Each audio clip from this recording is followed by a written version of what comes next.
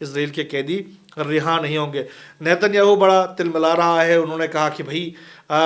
Hamas کو جو ہے ایک تو تقریبات ختم کرنی ہوں گے اور دوسری یہ ہے کہ ہمارے قیدیوں کو رہا کرنا ہوگا۔ انہوں نے کہا کہ اب بھی 63 کے قریب جو قیدی ہیں وہ حماس کے قید میں ہیں، اب حماس کو چاہیے ہوگا کہ وہ سارے قیدی رہا کر دے۔ تو حماس نے تو انکار کر دیا۔ ٹرمپ صاحب جو ہے وہ وائٹ ہاؤس جو ہے وہ امریکہ یعنی پہلے ہی اسرائیل کے حامی بنے ہوئے ہیں، انہوں نے کہا کہ بھائی ہم اسرائیل کے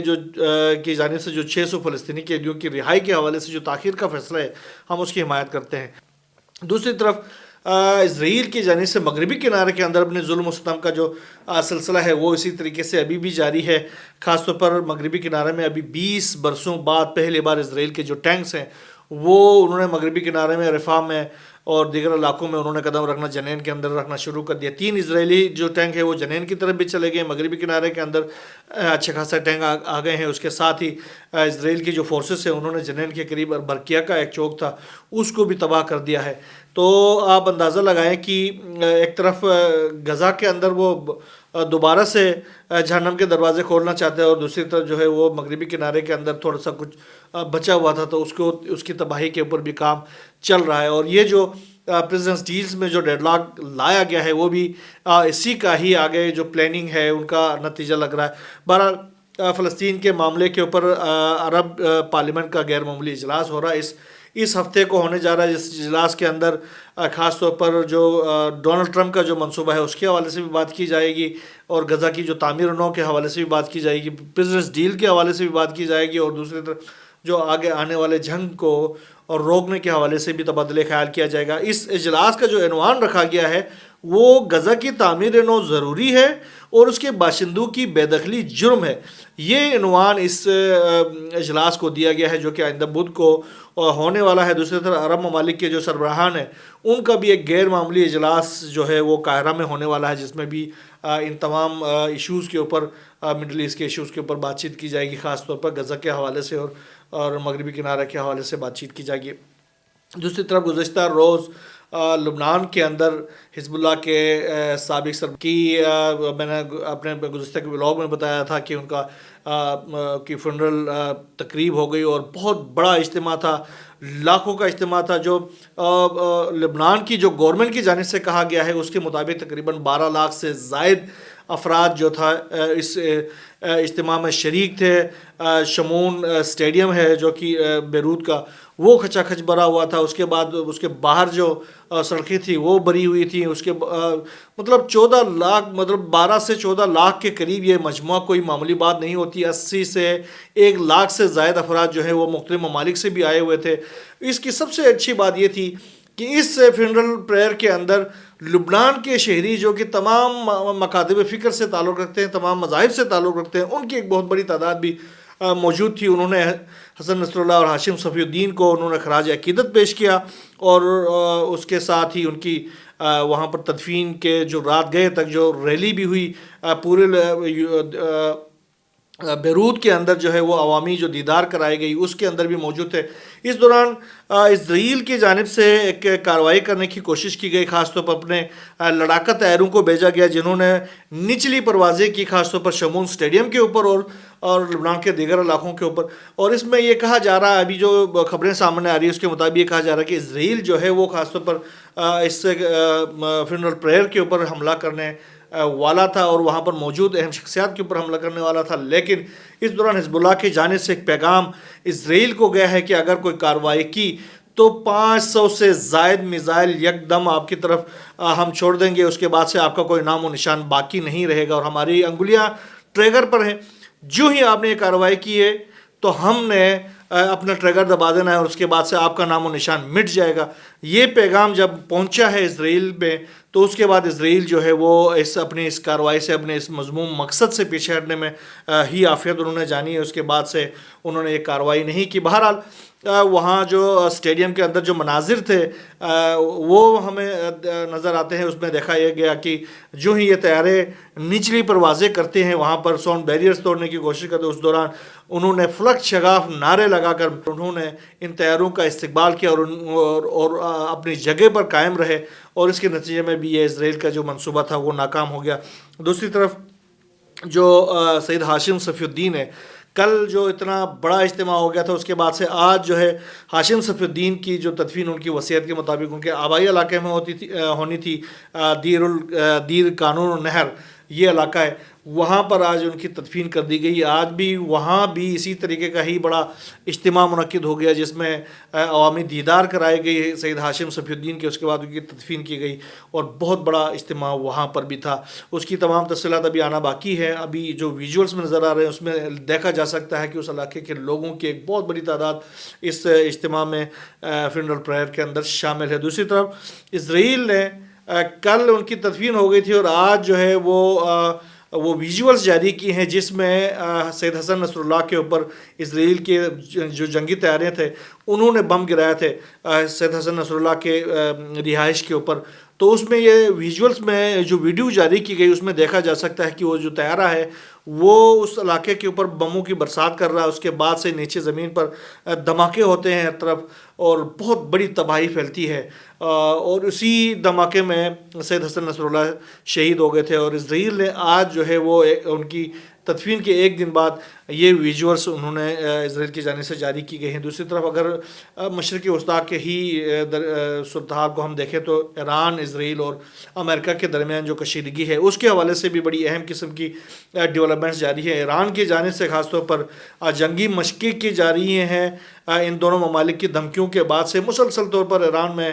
جنگی تیاریاں جاری ہیں۔ ابھی ذوالفقار جو مشقیں ہیں وہ ایران بر میں جاری ہیں، جس کا کوڈ ورڈ جو انہوں نے رکھا ہے کہ یا بقیت اللہ انہوں نے رکھا ہے، جل اللہ الفرج الشریف۔ تو اس میں ایران کی جو آرم فورسز ہیں ان کے تمام جو مسلح حصے ہیں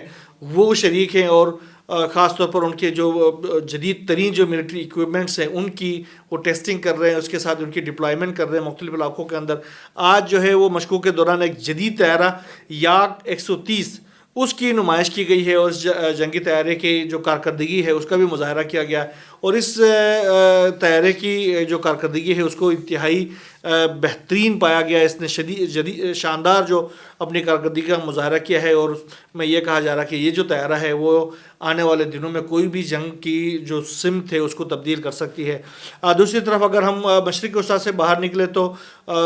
رشیا اور یوکرین کی جنگ کے حوالے سے جو ٹرمپ اور زیلنسکی کے درمیان ایک کشیدگی پیدا ہو گئی ہے، اس میں بھی بڑی خاص قسم کی ڈیولپمنٹ سامنے آئی ہے۔ اس میں اب جو ہے زیلنسکی صاحب کہہ رہے ہیں کہ بھائی اگر